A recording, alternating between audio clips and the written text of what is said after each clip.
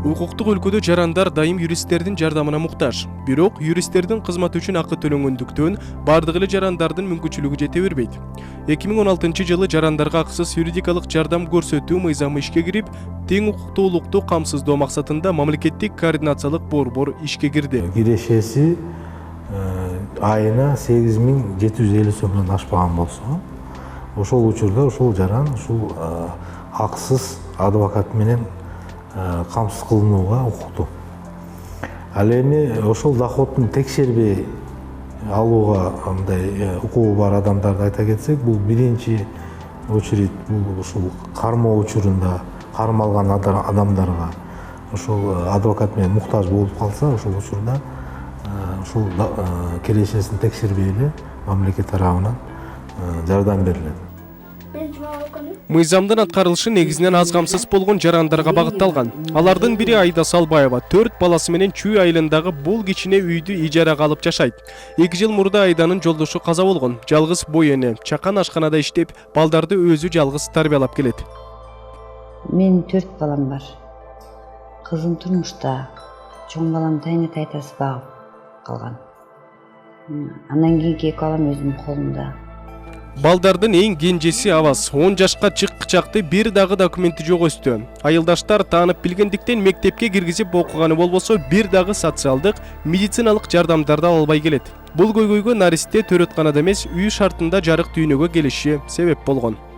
Айда ары бери Батирден Батирге көчүп жүрүп, паспортун жоготуп алган. Жолдошу да Казакстанга эмгек миграциясына барып, кулчулукта 2 ай жүрүп, суу аркылуу чек арадан өтүп качып келет.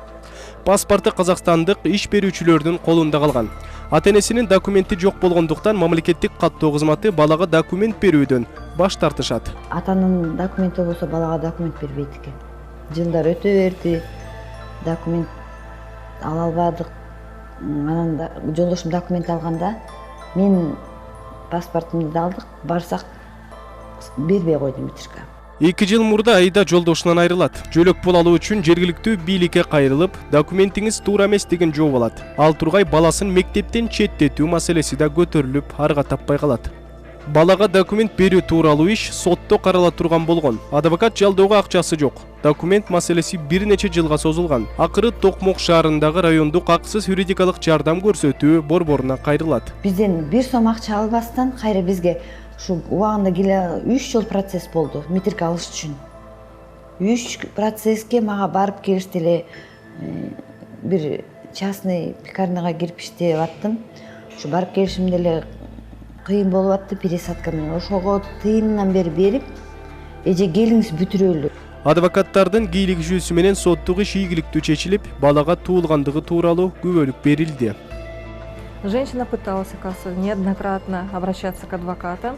Жабырлануучу айым маселени чечүүгө бир нече ирет адвокаттарга кайрылган. Аягы барып акча маселесине такалат. Айданын адвокатка төлөөгө шарты жок болгон. Токмокто акысыз юридикалык жардамдын ачылышы Айда үчүн өтө жакшы мүмкүнчүлүк болду. Баласына документ алып, азыр мына жөлөк пулу чектеп берүү маселесин көтөрүп, социалдык башкармалыктарга документ тапшырып жатабыз. Бул кызматыбыз үчүн 1 сом акы албайбыз. Бизге баардык чыгашаны мамлекет төлөп берет.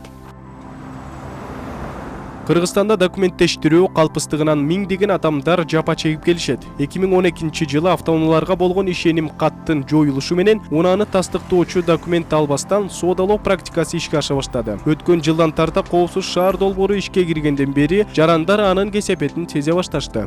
Эме көрсөтөт, мына могу жерде камера бар, абайлагыла депчи, бул көрсөтүп айтат.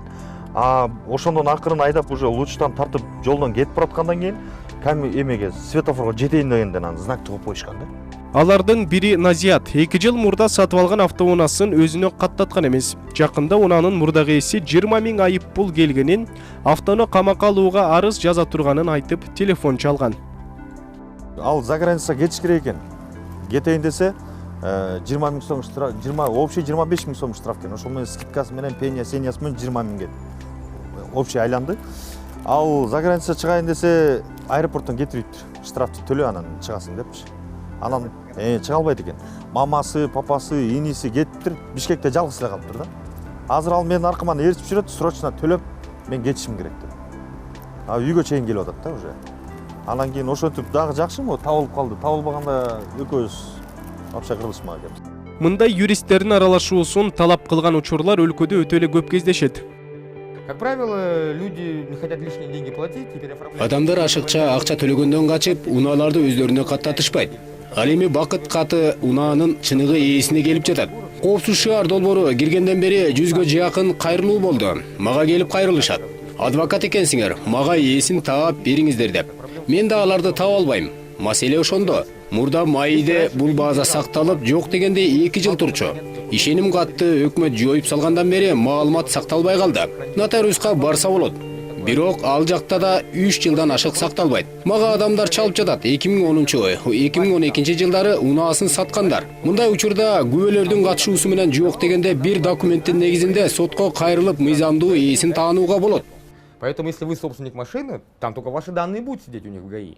Айрым учурда өздүк документтерде адамдардын аттары туура эмес жазылышынан улам жарандар жашоосунда көптөгөн кыйынчылыктарга туш болушат. Мисалга, сүйүн деген ысымдар суюн деп жазылып, акча которуулардан тарта пенсия төлөмдөрүнө чейин ала албай калган учурлар да бар. Мындай кырдаалдарда өлкөнүн бардык аймактарында иштеп жаткан акысыз юридикалык жардам көрсөтүү борборлоруна кайрылсаңыз болот. Ал жактан сизге арыз жазуудан тарта соттук териштирүүлөргө чейин укуктук көмөктөр көрсөтүлүп, соттук иштерге баштан аяк катышууга квалификациялуу адвокат менен камсыздап беришет.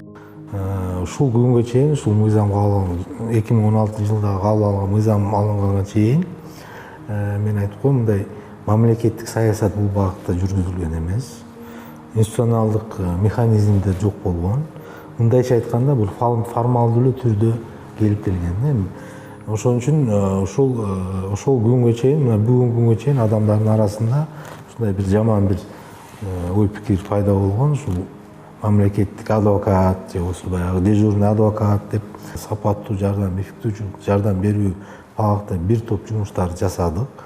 Айта кетсем, мына биринчиден биз ушул мындайча айтканда укуктук документтерди иштеп чыктык, ушул механизмдер. Ошол механизмдердин негизинде азыркы учурда мисалы үчүн кайсыл бир адвокатты дайындасак, мисалы үчүн сиз кайрылсаңыз бизге, биз сизге адвокат дайындап берип, ошол адвокат канчалык сизге жардам берип, ошол канчалык сапаттуу жардам бергендиги жөнүндө биз тийиштүү отчет тапшырып, ал отчет текшерилип. Айта кетчү нерсе, адвокаттык кызмат бекер жүргүзүлөт. Ал эми кызматтын сапаты бардык этапта көзөмөлдөнүп, сапатсыз иш алып барса, катаал чараларды көрүү каралган. Действительно, ушул биз адвокатыбыз сапаттуу эмес, формалдуу жардам бере турган болсо, ага не только акча төлөбөйбүз, андан сырткары ага дисциплинардык бир чара көрүнөт. Ушул лицензиясын алууга чейин. Мамлекет тарабынан кепилденген акысыз юридикалык жардам көрсөтүү атайын мыйзам менен бекитилип, анын аткарылышы юстиция министрлигине жүктөлгөн. Мыйзамдын аткарылышын камсыздоого бир катар мамлекеттик ведомстволор кирген. Алардын бири өлкөнүн акыйкатчы институту. Менин тармагымдагы кайрылган жарандар ошо көбү социалдык маселе проблемалар менен кайрылышат. Ошол эле арыздардын өтүнүчү көбүнчө ошо бекер, мындайча айтканда, адвокат сурап кайрылышат да. Анан тилекке каршы акыйкатчы институту адвокат болууга же сотто өкүл болууга андай ыйгарым укукка ээ эмес. Ошондуктан бул проекттин алкагында биз көп жарандарды ошол эки юстиция министрлиги аркылуу жолдомо жөнөтүп жарандарга укуктук жардам көрсөтүлөт да. Ал эми алыскы аймактар үчүн жеринде юридикалык акысыз жардам көрсөтүүгө атайын тилектештик автобустары уюштурулган. Анда жергиликтүү бийлик өкүлдөрү, мамлекеттик каттоо кызматы баш болгон бардык кызмат жетекчилери жеринде барып, жарандарга кеңеш беришет. Эгер оор жагдай орун алса, сотко чейин катышып, маселелердин чечилишин камсыздоо милдеттендирилген.